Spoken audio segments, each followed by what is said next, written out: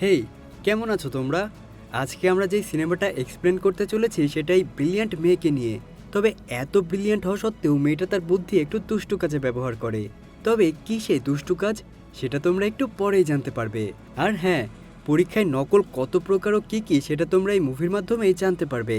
আর আমি আরও একটা কথা তোমাদেরকে জানিয়ে রাখি, এই ব্যাড জিনিয়াস মুভির কাহিনী কিন্তু পুরোপুরি সত্য ঘটনা নির্ভর। গল্পের শুরুতেই আমরা লিন নামের একটা মেয়েকে দেখতে পাই। মেয়েটা আজকে তার বাবার সাথে একটা স্কুলে ভর্তি হতে এসেছে। সেখানে আসার পরে প্রিন্সিপাল তাকে বিভিন্ন রকমের প্রশ্ন জিজ্ঞাসা করে, এই যেমন তার বাসা কোথায়, তার নাম কি, ইত্যাদি। এরপর প্রিন্সিপাল তাকে জিজ্ঞাসা করে, তুমি কি এই স্কুলে পড়তে চাও? তখন মেয়েটা তাকে সরাসরি উত্তর দেয় যে না, আমি এখানে পড়তে চাই না। তখন প্রিন্সিপাল কিছুটা অবাক হয়ে তাকে জিজ্ঞাসা করে, তাহলে তুমি কেন এখানে এসেছো? মেয়েটা বলে, আমি এখানে আসতে চাইনি, আমার বাবা আমাকে জোর করে নিয়ে এসেছে। প্রিন্সিপাল তখন বলে, কিন্তু তুমি এখানে পড়তে চাও না কেন? মেয়েটা উত্তরে বলে, এখানে পড়লে আমার বাবার প্রতি বছর 1.5 লাখ টাকা খরচ হবে, যেটা আমার বাবার পক্ষে অনেক কষ্টের হয়ে যাবে। তার কাছ থেকে এই কথা শুনে প্রিন্সিপাল তাকে বলে, এটা তোমার ভুল ধারণা, এখানে পড়তে 1.5 লাখ টাকা নয়, বরং 1,20,000 টাকা লাগে। তখন লিন তাকে মুখে মুখে হিসাব করে বুঝিয়ে দেয়, যাতায়াত বাবদ, খাওয়া খরচ বাবদ তার প্রতি বছরের 1.5 লাখ টাকাই লাগবে। সে যখন এই কথাগুলো বলছিল তখন তার বাবা তাকে থামানোর অনেক চেষ্টা করে, কিন্তু তবুও সে কথাগুলো বলেই যায়। তার মুখ থেকে কথাগুলো শুনে প্রিন্সিপাল একদম চুপ হয়ে যায়। সে কি বলবে কিছুই বুঝে উঠতে পারে না। কিন্তু সে একটা জিনিস খুব ভালো করেই বুঝে যায়, মেয়েটা অনেক বেশি মেধাবী। তাই সে লিনকে ফ্রিতে পড়াতেই রাজি হয়ে যায়। লিনের স্কুলের প্রথম দিন কেটে যায় আইডি কার্ডের জন্য ছবি তোলার কাজে, কিন্তু এরই মধ্যে তার গ্রেস নামের একটা মেয়ের সাথে ভালো ফ্রেন্ডশিপ হয়ে যায়। নতুন স্কুলে তার দিন ভালোই কাটছিল। লিন আর গ্রেস যখন লাইব্রেরিতে বসে গল্প করছিল তখন গ্রেস তাকে বলে, আমার এসব অঙ্ক টঙ্ক একদমই ভালো লাগে না, আমার তো ইচ্ছে করে স্কুলের নাট্যদলে অভিনয় করতে, কিন্তু এর জন্য আমার সিজিপিএ 3.25 হতে হবে।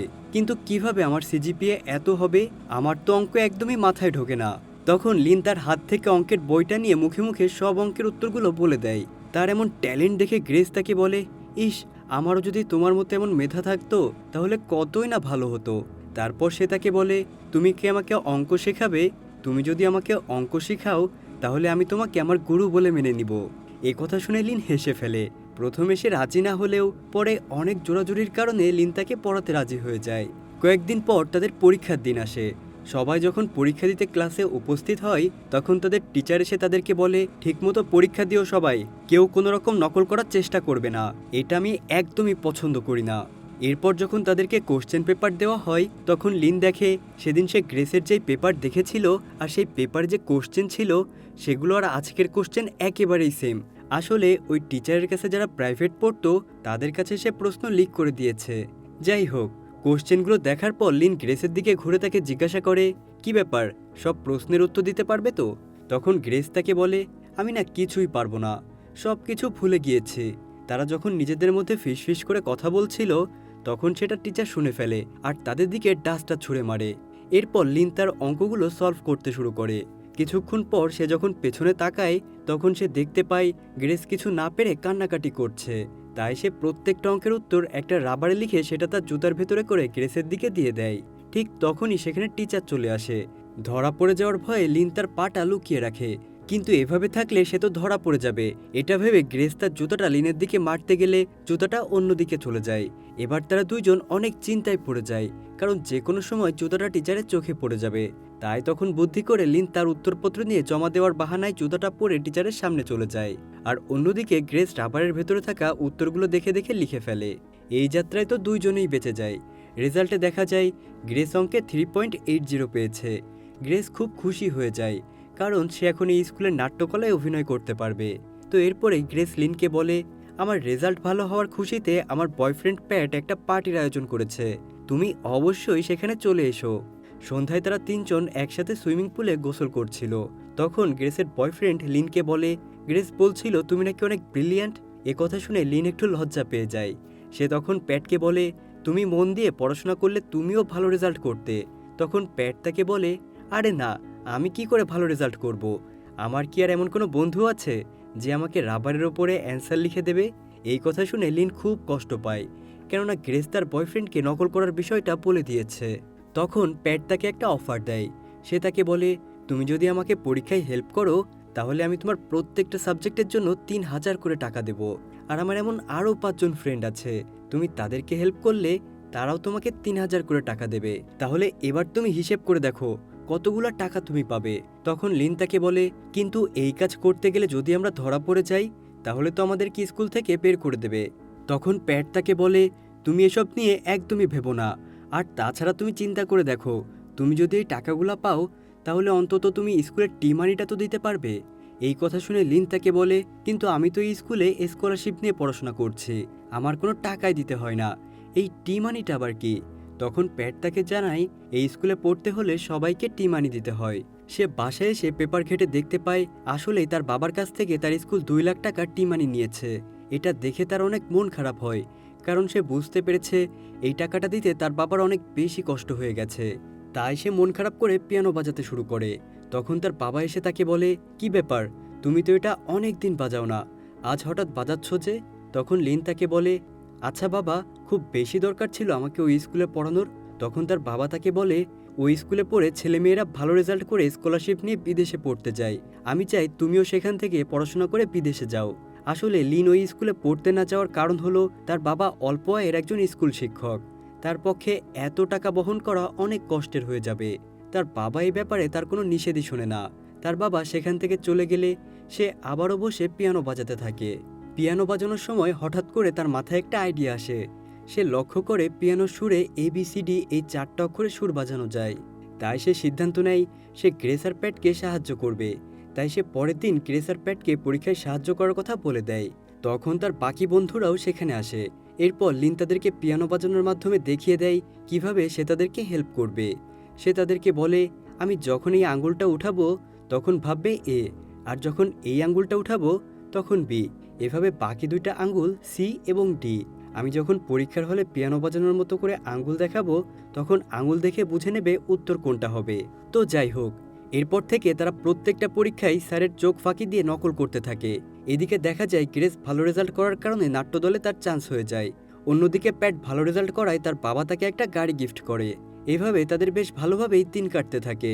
আর এই সুযোগে লিনও বেশ টাকা কামিয়ে নেয়।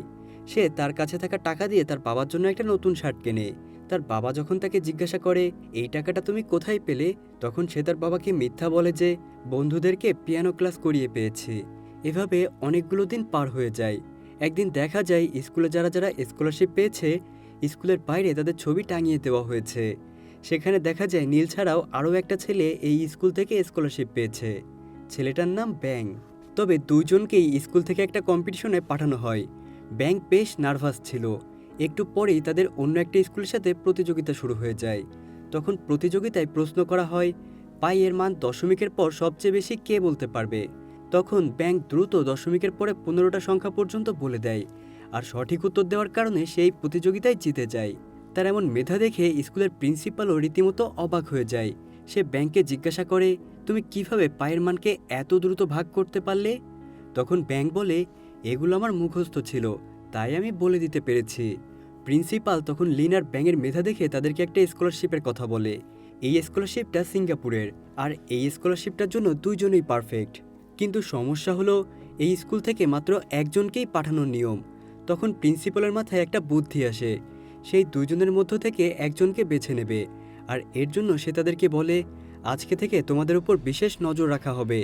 তোমাদের মধ্য থেকে যে স্কুলের নিয়মকানুন ঠিকমতো মেনে চলবে সেই স্কলারশিপ পাবে।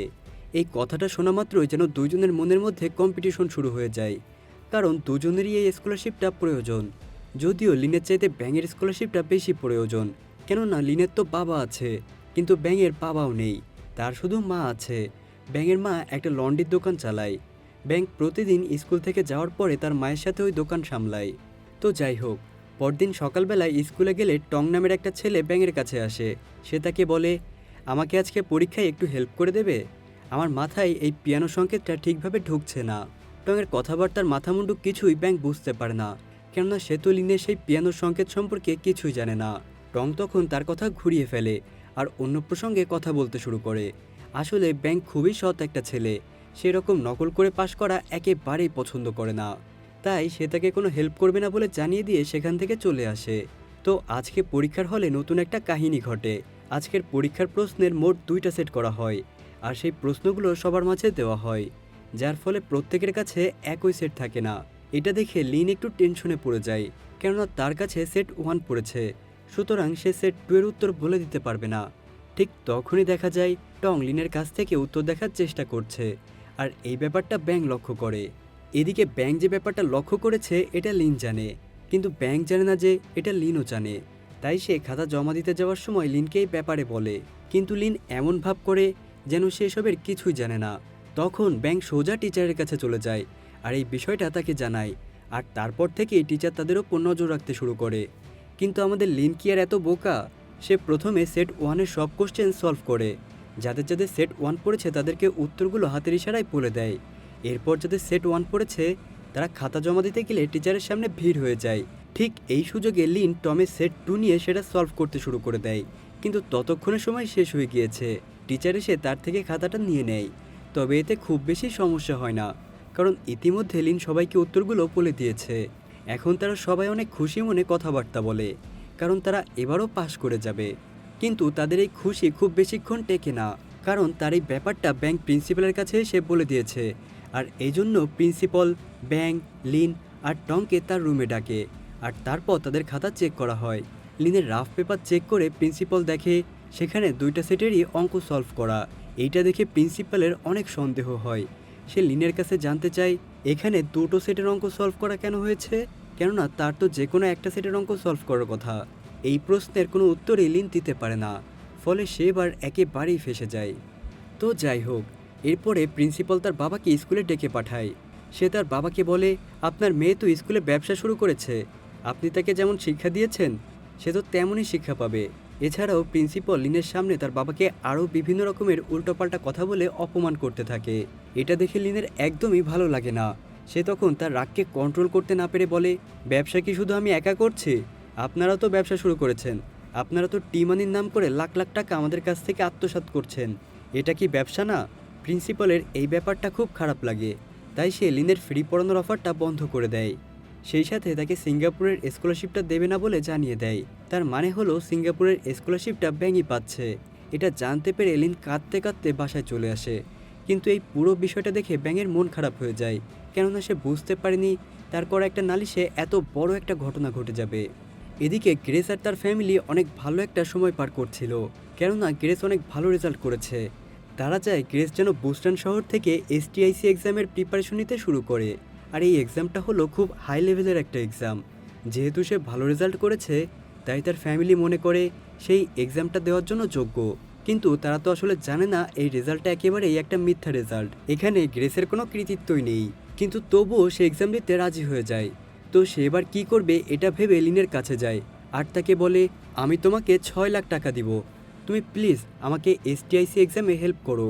কিন্তু তার কথা শুনে লিন রাজি হয় না, কেননা এই এক্সামের সময় হলে অনেক হাই সিকিউরিটির মাধ্যমে গার্ড দেওয়া হয়, আর এটা পুরো পৃথিবীতে একই তারিখে সম্পন্ন হয়। এজন্য সে রাজি না হয়ে সেখান থেকে চলে আসে। তো এরপর সে একটা দোকানে যায় বই কেনার জন্য। সেখানে যাওয়ার পর দেওয়ালে থাকা কয়েকটা ঘড়ির দিকে চোখ পড়লে সে লক্ষ্য করে এক একটা দেশের সময়ের মধ্যে কয়েক ঘন্টা করে পার্থক্য আছে। এটা দেখে তার মাথায় একটা বুদ্ধি আসে। সে ভাবে, যেহেতু সারা দেশে একই দিনে এসটিআইসি এক্সাম হয়, তাই যেখানকার টাইম জোন বেশি গিয়েছে সেই দেশে গিয়ে এক্সাম দিলে তারা প্রশ্নপত্র আগে হাতে পাবে। এসব কিছু ভাবার পর সে গ্রেসের অফারে রাজি হয়ে যায়, কিন্তু তার একটা শর্ত থাকে। শর্তটা হলো এইটা করার জন্য তার আরও কিছু ছাত্রের প্রয়োজন, যারা তাকে টাকা দেবে। এছাড়াও সে গ্রেস আর প্যাটকে বলে, এই এক্সামটা আমাকে অস্ট্রেলিয়ায় গিয়ে দিতে হবে, কেননা আমাদের এখানকার সাথে 4 ঘন্টা ডিফারেন্স আছে অস্ট্রেলিয়ার। আমি অস্ট্রেলিয়া গিয়ে পরীক্ষা দেব, তারপর সেই উত্তরগুলো তোমাদেরকে জানাবো, আর তোমরা এখান থেকেই পরীক্ষা দেবে। তারা লিনের এমন বুদ্ধি শুনে তো একেবারেই অবাক হয়ে যায়, কিন্তু তখনই তাদের মনে একটা প্রশ্ন জাগে। প্যাট তাকে জিজ্ঞাসা করে, কিন্তু তুমি এই প্রশ্নের উত্তরগুলো আমাদেরকে কিভাবে পাঠাবে, আর তুমিই বা কিভাবে লিখে রাখবে? তখন লিন তাকে বলে, আমি এই প্রশ্নের উত্তরগুলো মুখস্থ করে রাখবো। এই কথা শুনে প্যাট হেসে ফেলে, আর তাকে বলে, তুমি একা কিভাবে 100টা প্রশ্নের উত্তর মুখস্থ করবে? লিন তখন উত্তর দেয়, আমি একা 50টা প্রশ্নের উত্তর মুখস্থ করব, আর বাকি 50টা মুখস্থ করবে অন্য কেউ, আর এই কাজটা শুধুমাত্র আমাদের স্কুলের ব্যাঙই করতে পারবে।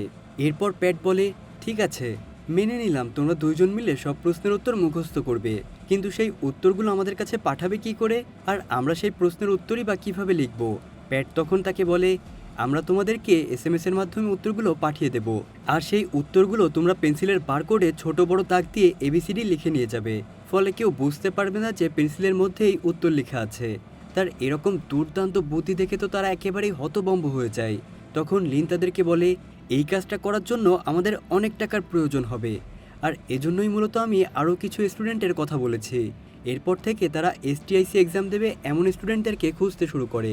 খুঁজতে খুঁজতে তারা অনেকগুলো স্টুডেন্ট পেয়েও যায়, আর তারপর প্যাট তাদের সবাইকে প্রজেক্টের মাধ্যমে এই বিষয়গুলো বুঝিয়ে দেয়। এই নকল করার বিষয়টাকে তারা একটা বিজনেসের মতো করে বানিয়ে নিয়েছে। কিন্তু এখন সমস্যা হলো, ব্যাংকে যেভাবেই হোক রাজি করাতে হবে। এদিকে আমরা দেখতে পাই ব্যাংক প্রতিদিনের মতো লন্ড্রি থেকে কাপড়গুলো ডেলিভারি করছে। ঠিক তখনই গাড়িতে করে কয়েকজন লোক এসে তাকে উঠিয়ে নিয়ে যায়। পরদিন যখন তার জ্ঞান ফিরে আসে, সে নিজেকে একটা ময়লা স্তূপের মধ্যে আবিষ্কার করে, আর যারা তাকে এখানে ফেলে রেখে গেছে তারা তাকে প্রচণ্ড মারধর করেছে। আসলে আজকে তার সিঙ্গাপুরের স্কলারশিপের এক্সাম ছিল। রাতের এই ঘটনার কারণে সেই এক্সামটা দিতে পারলো না। তো যাই হোক, এরপর দেখা যায় লিন তার সাথে দেখা করতে যায়। সেখানে গিয়ে সে তাকে বলে, ওই দিন তুমি প্রিন্সিপালের কাছে নালিশ করে একদমই ভালো কাজ করনি।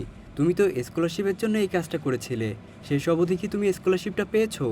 তখন ব্যাংক তাকে বলে, আমার যেদিন স্কলারশিপের এক্সাম ছিল সেদিন কিছু লোক আমাকে তুলে নিয়ে গিয়েছিল, আর এজন্যই আমি সেই এক্সামটা দিতে পারিনি। তখন তার এই ঘটনা শুনে লিন খুবই দুঃখ প্রকাশ করে আর বলে, থাক, মন খারাপ করো না, তবে আমার কাছে অন্য একটা অফার আছে। আমরা চাইলে এসটিআইসি এক্সাম দিয়ে অনেক টাকা ইনকাম করতে পারি। ব্যাংক যখন লিনের কাছ থেকে নকলের বিষয়টা জানতে পারে তখন সে তার মুখের উপরই না করে দেয়। তবে লিন সেখান থেকে চলে আসার সময় তাকে একটা অ্যাড্রেস দিয়ে আসে আর বলে, তুমি চাইলে এখানে এসে দেখা করতে পারো। এদিকে লিন, প্যাট আর গ্রেস এসটিআইসি এক্সামের জন্য খুব জোরে সোরে প্রিপারেশন শুরু করে দিয়েছে। এদিকে গ্রেস তাকে একটা নকল সার্টিফিকেট বানিয়ে দেয়। লিন তার বাবাকে বলে, বাবা, আমি একটা কম্পিটিশনে যোগ দিতে বাইরে যাচ্ছি। তার মুখ থেকে কথা শুনে তার বাবা বিশ্বাস করে ফেলে, কারণ সে ভাবে লিন হয়তো সেই সব নকল করা থেকে বের হয়ে আসতে পেরেছে, আর এজন্যই তার বাবা তাকে এখন আর সন্দেহ করে না। এদিকে কয়েকদিন পর দেখা যায় ব্যাংক তাদের সাথে যোগ দিয়েছে। তো এরপর থেকে তারা দুজন মিলে প্র্যাকটিস করতে শুরু করে দেয়। তারা সব প্রশ্নের উত্তরগুলো সমাধান করে সেগুলো এবিসিডির মতো করে মুখস্থ করে ফেলে। কিন্তু এদিকে একটা ঝামেলা হয়ে যায়। প্যাট কথায় কথায় ব্যাংকে বলে, তোকে নাকি খারাপ ময়লা স্তূপের মধ্যে ফেলে রেখেছিল। এ কথা শুনেই ব্যাংক তার উপর চড়াও হয়ে যায় আর বলে, আমি কাউকে বলিনি যে গুন্ডারা আমাকে মেরে ময়লা স্তূপের মধ্যে ফেলে রেখেছে, তুই এটা জানলি কি করে? এদিকে লিন তাদের মারামারি থামাতে গিয়ে সে নিজেও আঘাত পায়। এদিকে ব্যাংক বলে চলেছে, সে তাদেরকে বলে, তার মানে তোরা ইচ্ছা করে এই কাজটা করেছিস যেন আমি সিঙ্গাপুরের স্কলারশিপটা না পাই। আমি তোদের সাথে এই কাজটা আর করবো না। এই কথা বলে ব্যাংক সেখান থেকে চলে যায়। আর যাওয়ার আগে সে লিনকে বলে, এই সব কিছু তোমার প্ল্যান। তুমি জানো না আমরা কতটা গরিব, তুমি এভাবে আমার উপর প্রতিশোধ নিলে। কিন্তু এদিকে লিন আসলেই জানতো না প্যাট গুন্ডা দিয়ে এই কাজ করিয়েছে। তাই সে গ্রেসকে বলে, তোমরা এতটা নিচে কিভাবে নামতে পারলে? আমি তোমাদের সাথে আর এই কাজে নেই। কথা বলে লিনও সেখান থেকে চলে যায়। এদিকে ব্যাংক যখন রাস্তা দিয়ে হেঁটে যাচ্ছিল তখন তার মনে হয় আসলে লন্ড্রির দোকান চালিয়ে জীবনে ভালো কিছু করা সম্ভব নয়। তাই সে সিদ্ধান্ত নেয় যে সে এসটিআইসি এক্সাম দেবে। তাই সে আবারও ফিরে আসে। এখন তারা সবাই সব কিছু ভুলে আবার নতুনভাবে প্রিপারেশন নিতে শুরু করেছে। তারা বারবার কোশ্চেন অ্যান্সার মুখস্থ করে বাথরুমে গিয়ে সেগুলোকে এসএমএস করে পাঠানোর প্র্যাকটিস করতে থাকে। এরপর একদিন ব্যাং আর প্যাট এক্সাম দেওয়ার জন্য অস্ট্রেলিয়া চলে আসে। তারা দুইজন প্রথমে বেশি কথা না বললেও আস্তে আস্তে একটু ইজি হয়ে যায়। এমনকি তারা সেখানে দাঁড়িয়ে নিজেদের একটা সেলফিও তোলে। পরদিন তাদের এক্সামের সময় চলে আসে। তারা তাদের প্ল্যান অনুযায়ী ওয়াশরুমে গিয়ে তাদের ফোনটাকে কমোডের ভেতরে টেপ দিয়ে পেঁচিয়ে রাখে। যথারীতি তাদের এক্সাম শুরু হলে তারা উত্তর লিখতে শুরু করে। তাদের যখন লেখা শেষ হয়ে যায় তখন তারা সেই উত্তরগুলো মুখস্থ করতে শুরু করে দেয়। এক্সামের মাঝখানে যখন বিরতির টাইম দেওয়া হয় তখন তারা ওয়াশরুমে গিয়ে অ্যান্সারগুলো একটা একটা করে লিখে প্যাট আর গ্রেসদেরকে পাঠাতে শুরু করে। কিন্তু তখন দেখা যায় ব্যাংক কয়েকটা উত্তর পাঠানোর পরে আর উত্তর পাঠায় না, বরং সে প্যাটকে বলে তাকে যদি এখনই টাকা পাঠানো না হয় তাহলে সে আর কোনো উত্তর পাঠাবে না। তখন প্যাট বাধ্য হয়ে তার অ্যাকাউন্ট থেকে 4 লাখ টাকা ট্রান্সফার করে দেয়। ব্যাংক তখন তাকে মেসেজ লেখে, আমাকে মার খাওয়ানোর জন্য এই 4 লাখ টাকা বেশি নিলাম। আর এরপর সে তার বাকি উত্তরগুলো তাদেরকে পাঠিয়ে দেয়। এভাবে লিনো বাকি 50টা উত্তর প্যাটকে পাঠিয়ে দেয়। আর তারপর তারা আবারও তাদের ফোনটা সেখানে লুকিয়ে রেখে এক্সাম হলে চলে আসে। এবারও তারা তাদের এক্সামটা খুব ভালোভাবেই শেষ করে। পরে আবারও বিরতির সময় ব্যাং আর লিন ওয়াশরুমে চলে যায়। ব্যাং খুব সহজেই ওয়াশরুমে ঢুকতে পারলেও লিন এবার আর ওয়াশরুমে ঢুকতে পারে না। কেননা সেখানে অনেক বড় লম্বা লাইন লেগেছে। তাই সে চুপচাপ করে বাইরে দাঁড়িয়ে থাকে। এদিকে ব্যাঙ অনেক সময় হয়ে যাওয়ার পরেও যখন ওয়াশরুম থেকে বের হচ্ছিল না, তখন বাইরে থাকা একজন এই ব্যাপারটা এক্সাম কমিটিকে জানিয়ে দেয়। কমিটি থেকে একজন লোক এসে তখন টয়লেটের দরজায় নক করে। প্যাট তখন খুব দ্রুত উত্তরগুলো লিখে সেন্ড করে দেয়। আর তারপর যখন সে তাড়াতাড়ি করে তার ফোনটা লুকিয়ে রাখতে যাবে, ঠিক তখনই তার হাঁটুর উপরে থাকা কমান্ডের প্লেটটা ভেঙে পড়ে যায়। সে তখন অনেক চেষ্টা করতে থাকে তার মোবাইলটা লুকানোর জন্য। এমনকি সে মোবাইলটা কমোডের মধ্যে ফেলে ফ্ল্যাশ করারও চেষ্টা করে, কিন্তু কোনোভাবেই সে সেটাকে লুকাতে পারে না, যার ফলশ্রুতিতে ব্যাংক ধরা খেয়ে যায়। আর তাকে সেখান থেকে অফিসে নিয়ে যাওয়া হয়। এদিকে লিন চুপি চুপি ওয়াশরুমে গিয়ে সেই উত্তরগুলো পাঠাতে শুরু করে, কিন্তু সে বাইরে বের হয়ে এসে দেখে লিন ধরা খেয়ে গেছে। সে তখন খুব চালাকি করে তার মোবাইলটা জুতার ভেতরে লুকিয়ে রাখে। কিন্তু সমস্যা হলো প্রত্যেককে অনেক বেশি বেশি চেক করে তারপর এক্সাম হলে ঢোকানো হচ্ছে। এজন্য লিন বুদ্ধি করে পানি খাওয়ার অভিনয় করে এবং একটা ডাস্টবিনের মধ্যে তার ফোনটা লুকিয়ে রাখে। এদিকে পরীক্ষার এখনও আরও একটা অংশ বাকি আছে, আর এই ধাপটা পার করতে পারলেই এই এক্সামটা শেষ হয়ে যাবে। কিন্তু লিন তখন অনেক বেশি ভয় পেয়ে যায়। সে ভয়ে কাঁদতে শুরু করে। তারপর সে কোনো রকমে নিজেকে শান্ত করে আবারও এক্সাম হলে যায়। কিন্তু সবচেয়ে বড় সমস্যা হলো এখন তাকে সব উত্তরগুলো একারই মুখস্থ করতে হবে, কারণ ব্যাংক তো ধরা খেয়ে গিয়েছে। সে তখন সব প্রশ্নগুলো সমাধান করে আবারও মুখস্থ করতে শুরু করে, কিন্তু তার একার পক্ষে এত প্রশ্নের উত্তর মুখস্থ করা কঠিন হয়ে যাচ্ছিল। তাই তখন সে চোখ বন্ধ করে পিয়ানো সুরে সুরে সব প্রশ্নের উত্তরগুলো মুখস্থ করে ফেলে। কিন্তু বাইরে তো অনেক সিকিউরিটি গার্ড, সে কোনোভাবেই প্রশ্নের উত্তর সেন্ড করতে পারবে না। তাই যে কোনোভাবেই তাকে এখন বাইরে বের হতে হবে। অন্যদিকে এখন পর্যন্ত সব প্রশ্নের উত্তর না পেয়ে সব স্টুডেন্টরা চিল্লাচিল্লি শুরু করে দিয়েছে। তখন লিন চিন্তা করতে থাকে এক্সাম শেষ হওয়ার আগে কিভাবে এখান থেকে বের হওয়া যায়। সে তখন বুদ্ধি করে গলার ভেতরে পেন্সিল ঢুকিয়ে বমি করে ফেলে। আর তারপর সে অনেক অসুস্থ এটা বুঝিয়ে এক্সাম হল থেকে বের হয়ে আসে। তারপর সে হল থেকে বের হয়ে ফোনটা নিয়ে দ্রুত সেখান থেকে বের হয়ে যায়।